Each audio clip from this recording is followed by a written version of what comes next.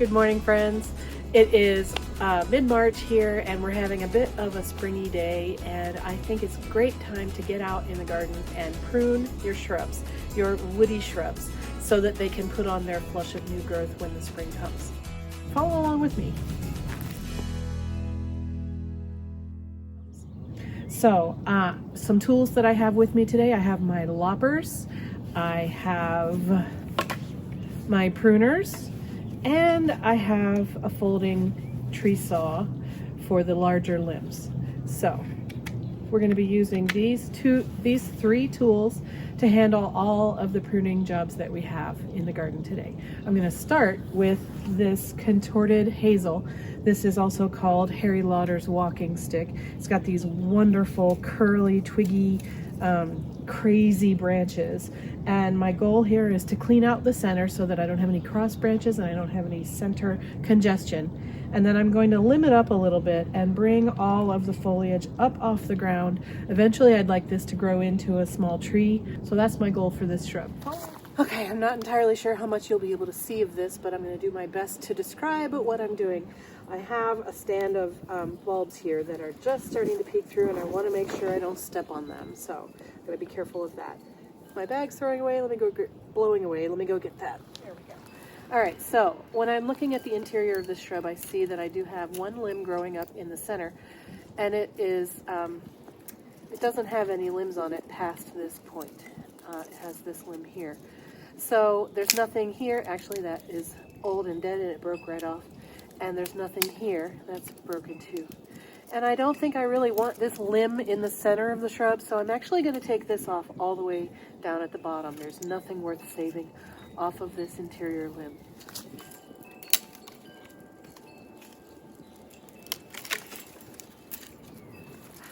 Okay, next. Here's a branch that is coming off of here. It's rubbing against this main branch here, and then it's twisting around and it's rubbing again right here. So this is a problem. We don't want that to grow into a big tall limb. So I'm actually going to take this off all the way down here as well. Okay, now I'm just taking stock of what I've got. This limb is way down at the bottom, and as I said before, I want to limb this up so that the foliage starts about here and goes up, and this is way down on the ground. So I think this one is going to come off as well.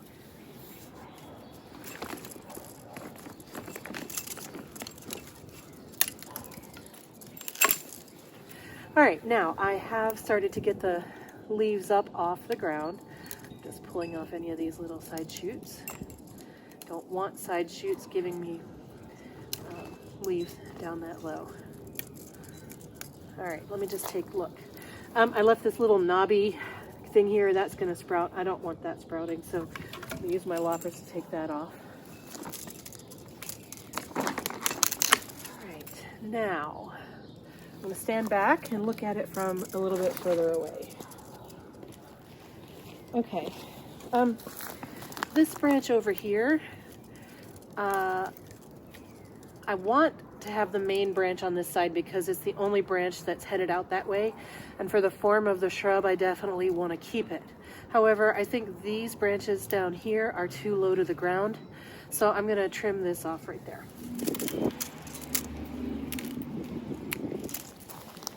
And this, I think I'll leave this to, well, will I? No, I don't want leaves down there, so cut this off right up here. There we go. That's nice. Okay, it's coming along. Oh, look here, I've got another cross branch right here. This limb's coming up from the center and crossing with this one. I do like having this limb on this side of the tree because it gives foliage over here, but it's crossing. So what if I cut this off there? I'm a little bit worried that I'm losing too much foliage. I wonder if I could try switching the order of these. Put this one behind there. And then if I were to stake that down like that, then it would give me a nice vase shape and I would have foliage coming out this side like I want eventually. I think I'm going to do that. Okay, I need to get some materials with which to pull that down.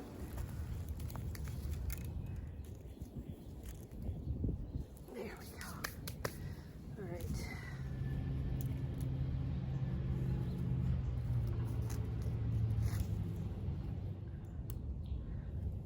And then this will be able to pull down like that to this.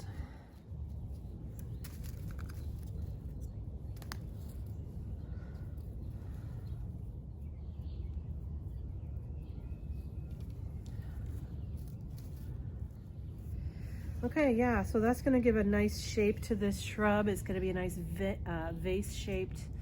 And this branch now is not rubbing on this one. And this one is providing some top to the shrub. So I like that. Okay, down on this side, this is out over the path and it's low to the ground. Don't really want it that low to the ground. So I think I'm going to trim this off right up here and let this be the main part that continues to grow.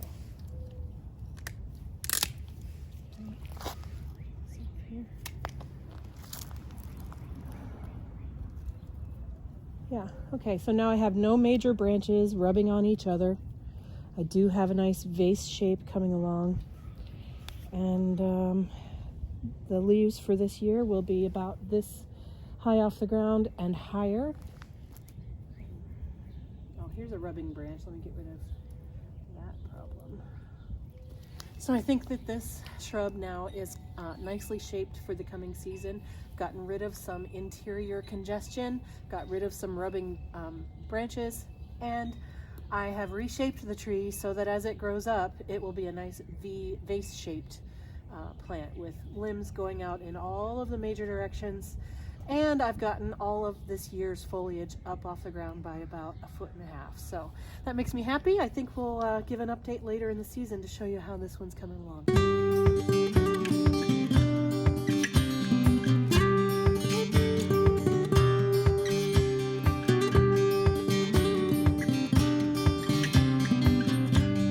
And now that I have the shrub pruned, I now have all these trimmings that are super awesome. Aren't they beautiful? They're so incredibly architectural and just really interesting to look at. So I'll be definitely saving all of these cuttings to use in future projects.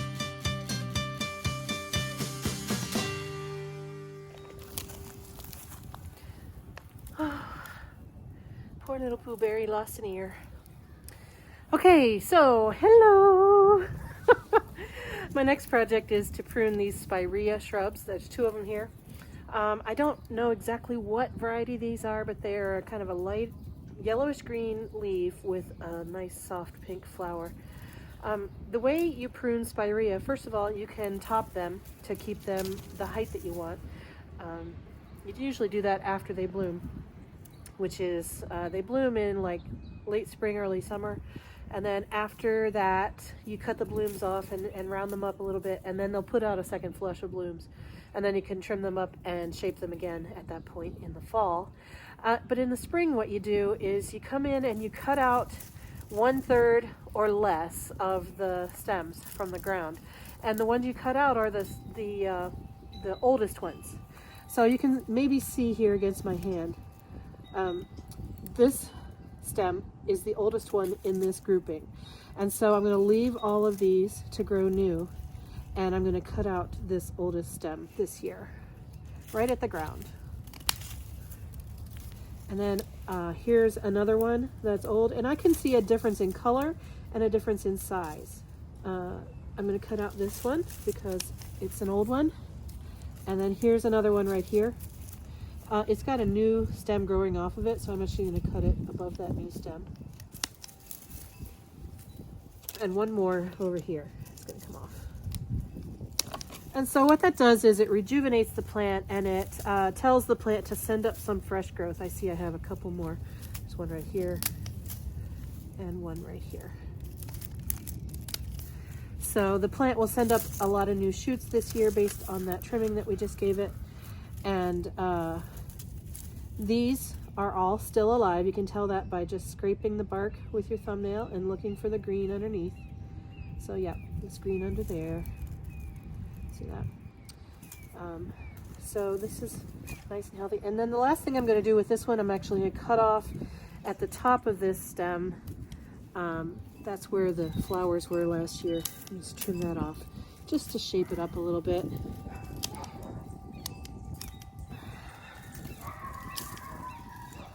There we go. All right, and now I'm going to do the same thing over here. You can see that there are old stems that are darker wood color and new stems that are lighter. This one will get cut off next year, most likely. This one is coming out this year, and this one, and all of the ones that are colored this, darker, woodier stems. Those are going to come out, and then the plant will send up a lot of nice new shoots. This gives the plant a little bit more circulation, and it stimulates growth. So this is good to do with your spireas. Every year you take out no more than a third, and so after 3 years the whole plant has been thinned out.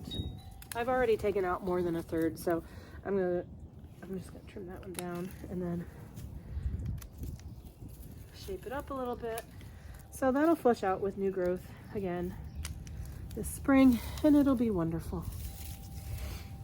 Okay, I have here a Nelly Stevens holly. This was planted, I think, in the spring of 2016, or maybe it was the spring of 2017. I'm not exactly sure.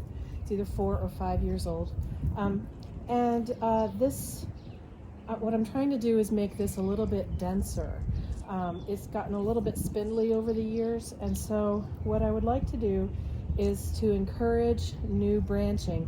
I'm going to actually tip off each of the ends, and I'm going to try to keep a nice pyramid shape, but I'm just going to trim off each of the ends, and that will help make it a denser branch structure. You may also see that it's got 2 stems pointing up as the leader, and these are competing with each other.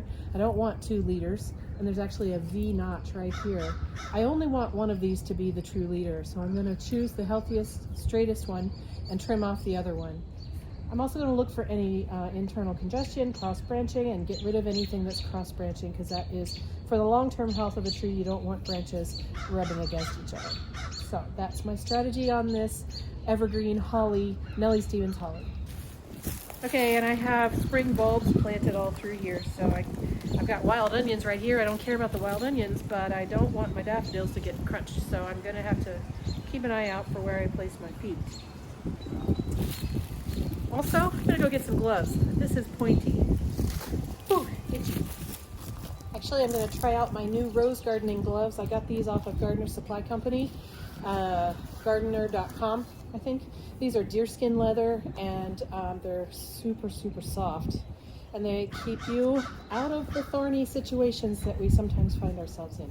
Now, because these are brand new, they're a little bit snug, but eventually this leather will soften with use, and it'll be like, you know, form-fitting just for my hands. It'll be perfect. So I'm gonna get them going. I'll put a link to these down below. They're an investment, but they are worth it if you have a lot of thorny or prickly plants in your garden.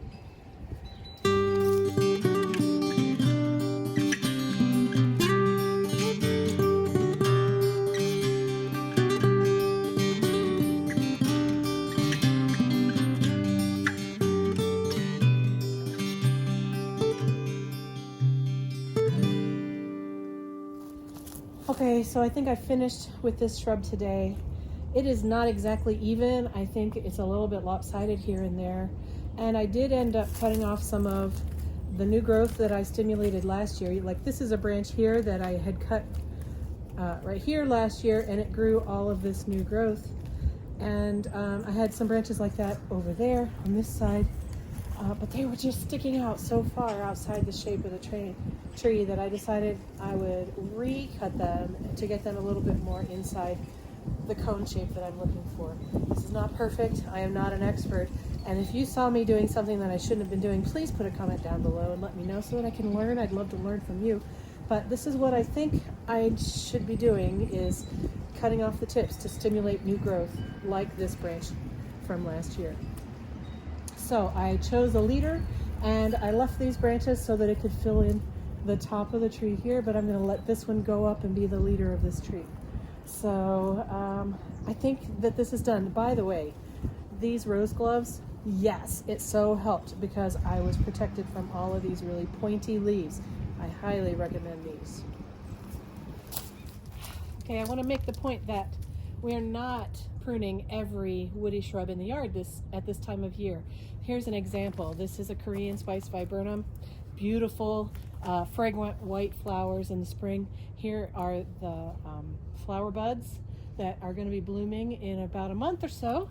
And then the rest of the shrub, will have leaves all out. Here are the leaf nodes coming out, and here's a flower. If I were to prune this right now, I would lose every flower. So I'm not going to do that. I'm going to wait till after this shrub has bloomed, and then I'll let it put on its spring growth and see where it needs to be trimmed, and I'll trim it from there. Same thing here. Don't prune your rhododendrons. You see this bud? This is the flower bud, and this was actually set last summer, late summer into the fall. These flower buds formed, and if I were to prune this tree now, I would lose my flowers. So I'm going to wait till after the flowers come. These come in mid to late May, or maybe early May, I forget exactly. Let's see, my kid was graduating from college. That would have been around the 10th of May. So yeah, around mid-May these bloom. So I'm going to let this flower and blossom in May, and then after that I'll do any pruning that's necessary. And guess what? Same story on azaleas. Don't prune them now either, or you will lose all your blossoms. Prune them after they flower. I have this tree sited about 5 feet from the sidewalk, maybe. And so we've had to prune it, unfortunately, in unfortunate ways, to keep it up off the sidewalk, to keep it from whacking people in the face. So you can see we've got some branching that is just really irregular. We've got this sprout that came out of that branch and really made this big, long, wacky thing. We've got this branch that had to get cut off here so it would stay off the sidewalk, and then it put out all these sprouts from the end. It's really got a lot of interior sprouting going on that needs to be cut out. And what I want to do is limb it up and have all of the foliage and the ornamental flowers up at, shoulder height and above, and then let the tree trunks be beautiful and see-through underneath. So I'm going to do actually quite an extensive prune on this one. It will live through it just fine. This thing is like iron. Nothing kills it. So I'm going to be working pretty hard on this one. So let me get at it.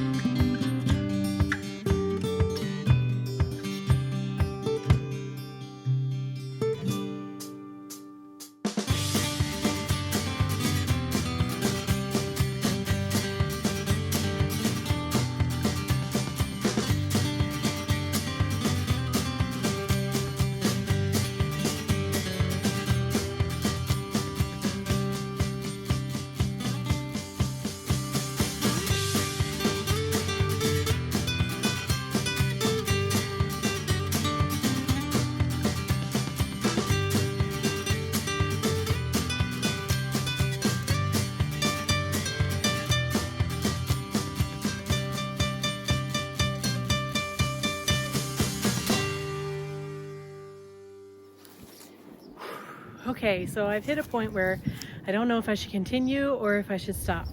I've gotten rid of 2 of the main big branches down at the bottom that were making it kind of almost horizontal with the ground. If I want this tree to be vase shaped, I need to get rid of anything that's more horizontal. So I did that. So now I have 6 main trunks coming up in a pretty good V shape. I wish I had one coming up in the back, but that's okay that I don't. I'll just let the foliage fill in at the top on the back. So what I don't know what to do is how to treat these suckers that look like water sprouts that go pretty darn straight up into the air like this. So I've taken out a lot of them, but I don't know if I should take them all out, or because I don't know if they're true branches. Is that how this tree grows, or are they suckers? And I don't really know. So I think I'm going to stop here and see what happens with this tree over the coming season. I like that I've gotten all the foliage up off of the ground. It's about, at the lowest, it's about my chest height, and then above that. So, and I've gotten it off the sidewalk for this season, so we won't be bothering the pedestrians with it. So I think this is where I'm going to stop for today, but if you have ideas about how to better prune this chase tree, please let me know. I would love to hear in the comments what you would do with this tree.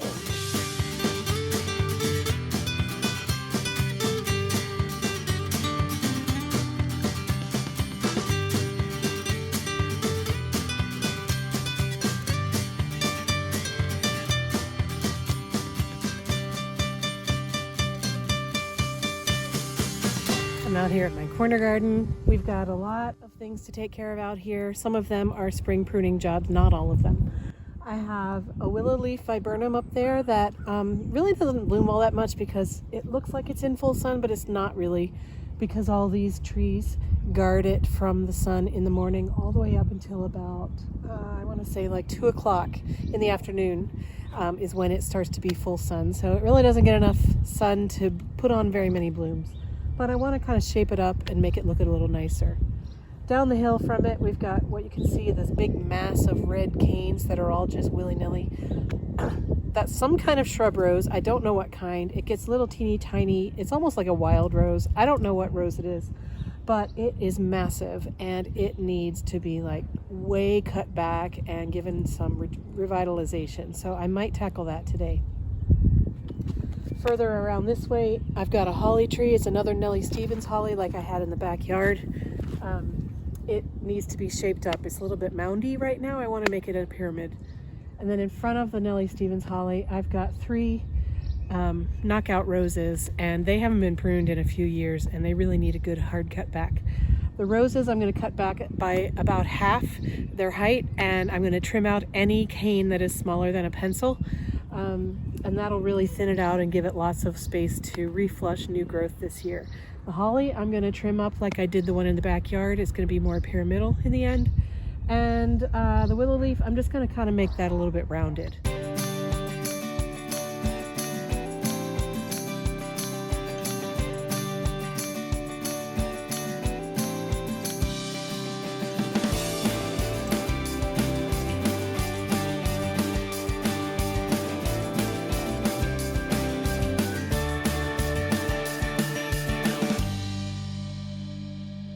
So I've been working pretty good on these roses and the holly.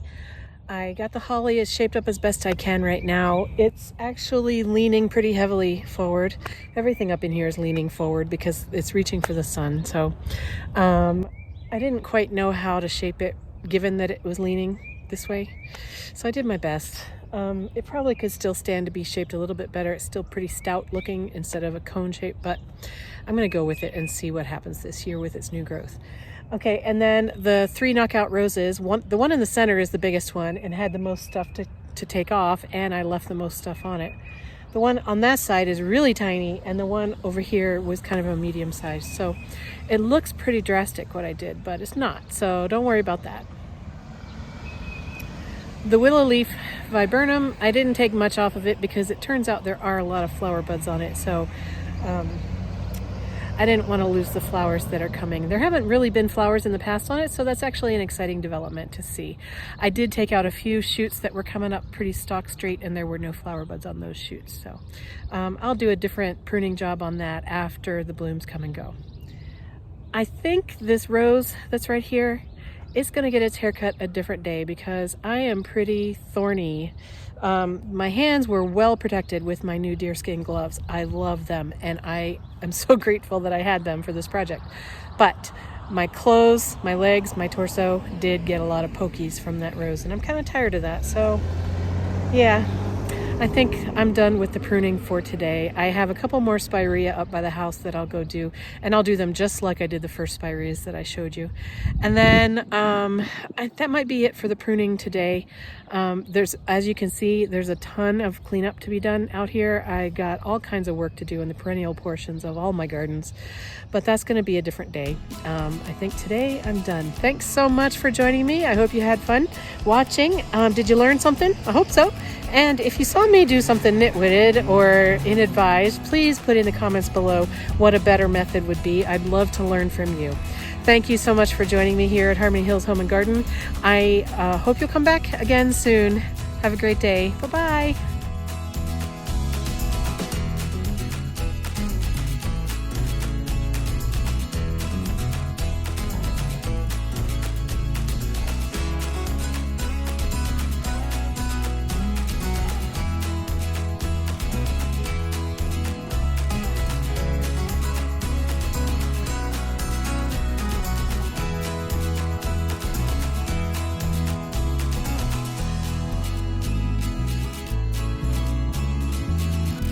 What do you think? Is it time to take down the Christmas wreath?